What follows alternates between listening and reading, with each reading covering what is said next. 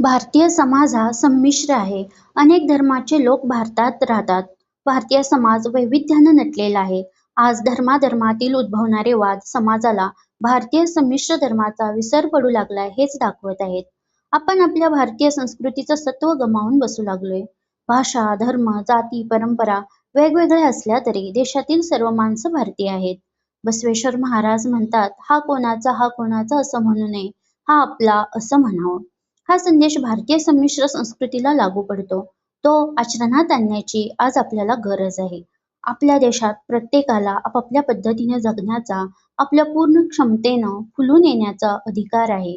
ज्या समाजात 100% लोकांना आपली 100% प्रतिभा फुलवण्याचं स्वातंत्र्य आणि संधी उपलब्ध असते असा समाज आदर्श समाज असतो. भारतीय तरुण पिढीने आयता दृष्टिकोन न स्वीकारता स्वतःचा दृष्टिकोन तयार करायला हवा. कारण आजच्या इंटरनेटच्या जगात अनेक प्रकारची माहिती सहज उपलब्ध होते. प्रत्येक गोष्ट ज्याच्या त्याच्या नजरेतून आलेली असते. त्यामुळे तिचा स्वीकार आहे तसाच करू नये. महान व्यक्तींचे ग्रंथ, पौराणिक ग्रंथ, ऐतिहासिक पुस्तके असो किंवा वैज्ञानिक संशोधनपर पुस्तके असो, त्यांचा अभ्यास करून, चिंतन करून ते स्वीकारावे. आपल्याला पटले नाही म्हणून अस्वीकारही करू नये. कारण आपला दृष्टिकोन लगेच तयार होत नसतो. तो हळूहळू घडत जातो. तो वाढवण्यासाठी वाचनाची आवड निर्माण करावी लागते.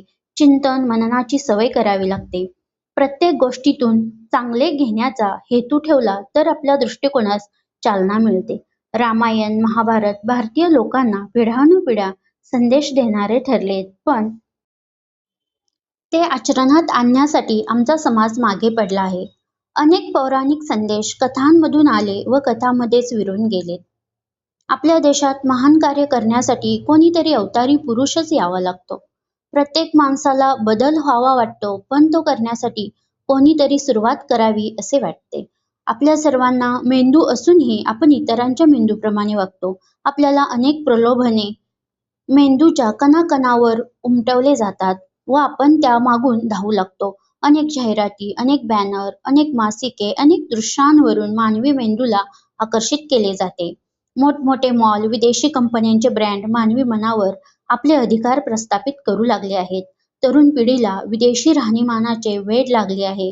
परंतु आपला भारत, भारतीय रचना, भारतीय सरकार, खेडी, अस्वच्छता, बेरोजगारी, भ्रष्टाचार, अनेक खेड्यांमधील अज्ञान, कड्याकपाऱ्यातील आदिवासी लोक, अनेक ठिकाणी रस्त्यावर राहणारे लोक यांना आपण विसरून चालणार नाही. शाळांमधून मिळणारे शिक्षण जीवनात उपयोगी पडत नाही. लहान लहान मुलांमध्ये वाढणारे क्रौर्य, न्यूनगंड याचाही आपल्याला विसर पडतोय.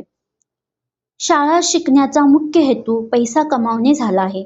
शिक्षण हे व्यक्तिमत्व विकासाचे माध्यम असते हा विचार लोप पावतोय. पुस्तके तर जुन्या लोकांचेच माध्यम होऊन बसले. पुस्तके वाचून कोणाला पैसा मिळतो? मग का पुस्तकांवर वेळ वाया घालवावा? हे आपले विचार समाजाला घडवणारे आहेत का? मोबाईल आला व लहानांपासून वृद्धापर्यंत 1 मिनिटाच्या मनोरंजनात लोक पोहू लागले आहेत. समाज कोठून कोठे चालला आहे. भ्रष्टाचार वाढतोय. तरुण पिढी जे देशाचा मानबिंदू आहे ती शिक्षण घेऊन बेरोजगार पडलीये. त्यातून व्यसनांचा विळखा, सर्वांना पैसा हाच एकमेव आयुष्य घडवणारा सांगणारा समाज भेटला आहे. त्यातून मानसिक तणाव, न्यूनगंड, नैराश्य वाढते. नैराश्यातून अघोरी कृत्य घडत आहेत.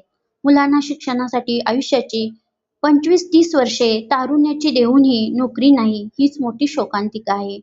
जे शिक्षण मिळते त्यातून रोजगार मिळेलच असे नाही. कला कौशल्याला या समाजात फारशी मान्यता नाही. मोठ्या करिअरच्या समूहात आपल्याही मुलाचे नाव असावे या मोहापायी एकाच ठिकाणी समुद्रसाठा होऊन त्यातून लाखो मुलांना तारुण्यात अपयशाला सामोरे जावे लागते.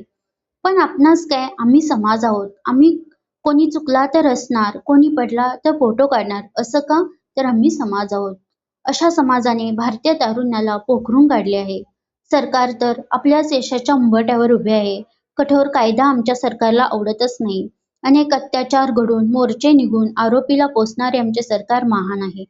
आमच्या सरकारला भारताला महासत्ता बनवायचं आहे. हे ब्रीदवाक्य फार सुंदर आहे, पण या ब्रीदवाक्यालाच वाळवी लागली आहे. भ्रष्टाचाराचा किडा त्याला पोखरून काढत आहे. अन्न सुरक्षित नाही, धान्य सुरक्षित नाही, शिक्षणावर कोणाचाच विश्वास उरला नाही. न आता बाहेर पडण्याची कोणास धैर्य होत नाही. कोठे परवा बांधलेला रस्ता खचतोय, कोठे नवे बांधकाम आपोआप पडतायत. हे काय घडते हे समजेना आणि आम्ही मात्र महासत्ता भारताची स्वप्ने पाहतोय. आमचे सरकार आमच्या तरुण पिढीला झुरळ म्हणते आणि खरोखरच आम्हा देशवासियांची तीच अवस्था दिसते.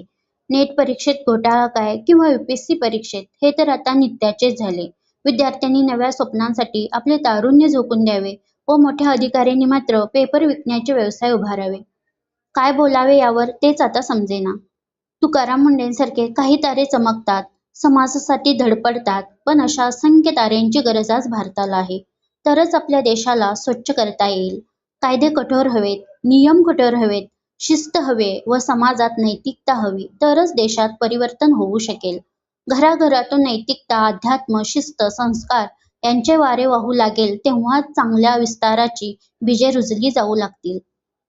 आता जे आंदोलन शांततेत सुरू आहे ते तरुणांचे आहे, पण यांच्यावर लाठीचार्ज करावा का?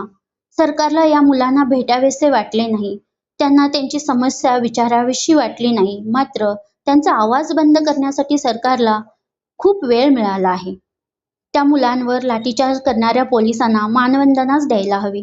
केवढे शौर्य त्यांचे! निशस्त्र, निष्पाप न्यायासाठी शांतपणे आंदोलन करणाऱ्या मुलांवर त्यांनी आपले कर्तव्य व शौर्य दाखवले. महान आहेत असे शिकलेले लोक, जे विचार न करता आपले कर्तव्य पार पाडतात. अभिजित दिपके व सोनम सरांना संपूर्ण भारतीयांनी पाठिंबा देण्याची गरज आहे. सर्वांनी आपापल्या परीने त्यांना पाठिंबा दर्शवावा हीच विनंती. कारण हा लढा तरुणांचा आहे. आपला देश तरुणांचा देश आहे. अशा तरुणांना सामाजिक साथीची, योग्य मार्गदर्शनाची व त्यांच्या कलाकौशल्याला झळाळी मिळण्याची गरज आहे. शिक्षण हे धाडस देणारे व दृष्टिकोन बदलणारे असते. त्यामुळे अन्यायाविरुद्ध उभे राहणे, चुकीचा स्वीकार न करणे, योग्य बदल घडवण्यासाठी पुढे येणे हे प्रत्येक व्यक्तीचे कर्तव्य आहे.